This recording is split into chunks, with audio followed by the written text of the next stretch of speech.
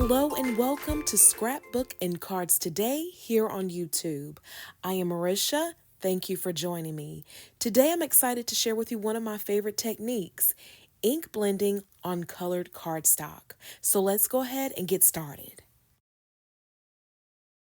For this project, I'm using Altenews Coreopsis layering die set.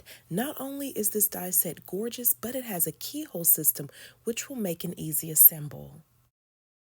Once I die cut the leaves and petals for my flowers, I pulled Distressed Oxides, Villainous Potion, and picked Raspberry that I'll use to ink blend on my flowers, and Rustic Wilderness and Mowed Lawn to ink blend on the leaves. Feel free to use any oxide or inks of your choosing. To ensure the die cuts stay in place while I ink blend, I am using a grip mat from Waffle Flower. Let's begin ink blending. Using my blending brush, I'm applying picked raspberry first in the center of the flower and gently working the oxide towards the outside of the petals, but making sure the oxide does not completely cover the petals. I am applying this layer of oxide with a gentle hand. However, if you'd like your centers to be more intense, you can apply more pressure with your blending tool. Next, I'm applying Villainous Potion. So repeating the step as before, I'm gently applying the oxide to the center of the petals and working my way towards the outside. Once I'm done applying Villainous Potion, I will then bring back in the brush that has picked raspberry on it, and I will blend the colors together. Here's a tip that I use when I ink blend on colored cardstock. First, I select a lighter cardstock. Then I bring in a medium and darker oxide or ink to ink blend on my die cuts. But sometimes I'll just ink blend with one ink instead of two. I encourage you to experiment before you commit. And here's the final result of the ink blend on the petals. Now let's move on to the leaves. For the leaves, I am using Distress Oxides, Mowed Lawn, and Rustic Wilderness. I will apply Mowed Lawn first. Using the same step as before, I'm applying the oxide in the center and gently working my way towards the outside of the leaves. Let's talk blending tools. You may have noticed that for the flowers, I used a slightly larger blending brush. It's actually the small blending brush from scrapbook.com. And for the leaves, I'm using an even smaller blending brush from Gina K Designs.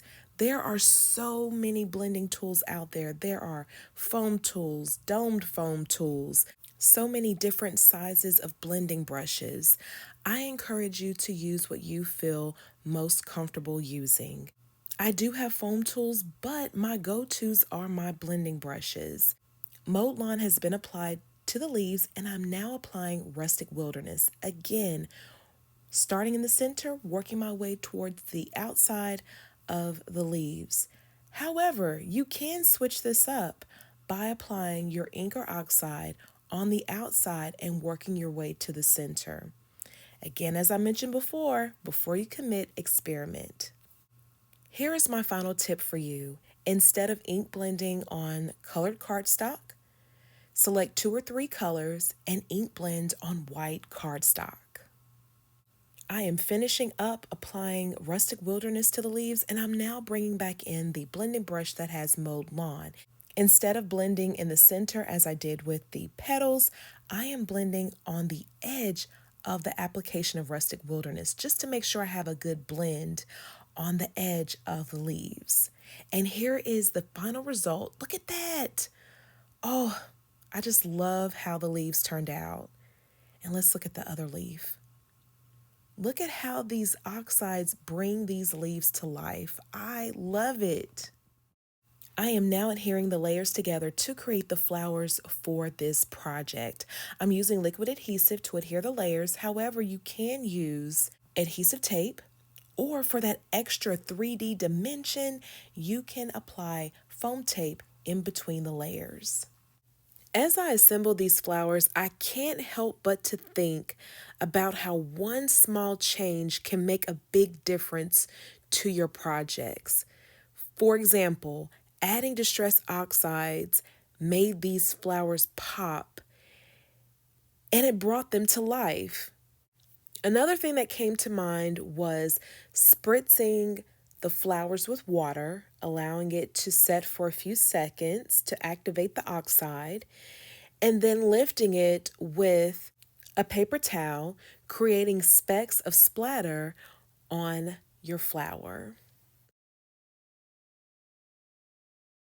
In addition to the flowers for this project, I used Spellbinder's Essential Modern Ovals die set to die cut a larger oval using gold cardstock and a smaller oval using white cardstock. I then embossed the white cardstock with Honeybee Stamps burlap embossing folder. Also from Honeybee Stamps, I used their Winter Prisms top cover plate die set to die cut a piece of white cardstock. This is an A2 size background that I'll use for my card. For the sentiment, I selected Hello from Altenews Timeless Sentiments die set. Now it's time to assemble my project. My card base is an A2 top folding card base, which is 4¼ by 5½ inches. I'm now adding beads of liquid adhesive to the background panel. Once I'm done, I'll adhere the panel to the card base. I prefer to use liquid adhesive on die cuts like this in the event I need to shift the panel to make sure it lines up perfectly with my card base. Now that my card base is complete, it is time to bring in the other components and assemble my card. I will now position the oval panel on my card front.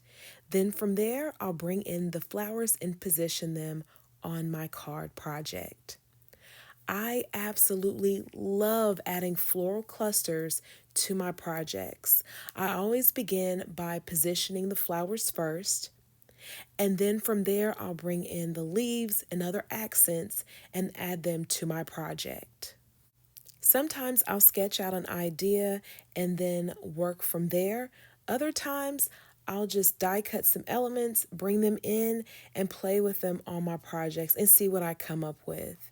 That's what I did with this project. I just brought in the elements that I wanted to use for this project and began piecing everything together.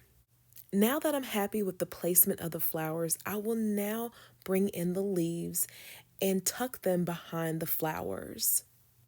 Metallic accents like gold sprigs or vellum leaves can add a great touch to your projects. For example, the leaf die that I use to die cut the leaves, I can use that same die to die cut vellum or gold cardstock and add that to my cluster.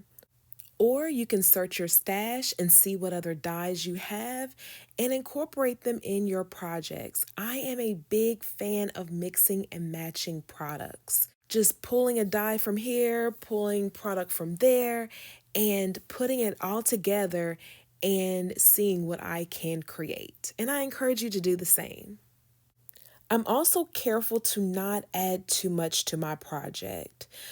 Sometimes I'll use one flower as a focal point and then build from there. And then other times, as demonstrated here, I will group my flowers in odd numbers. Here's my final tip for you regarding your floral arrangements. To add extra dimension, you can use foam tape to pop up some of the flowers to add that additional depth. Or you can use your bone folder to slightly curl the petals just to give it a more realistic touch. Now that I'm done positioning the components on my card front, I adhered everything with liquid adhesive. I decided to add a few half pearls just to add a touch of embellishment to my project, making this card project complete. Thank you so much for joining me on today. I appreciate you for stopping by. Don't forget to subscribe, click the thumbs up button and the notification bell so you don't miss out on new tutorials. Until the next crafty project, please take care.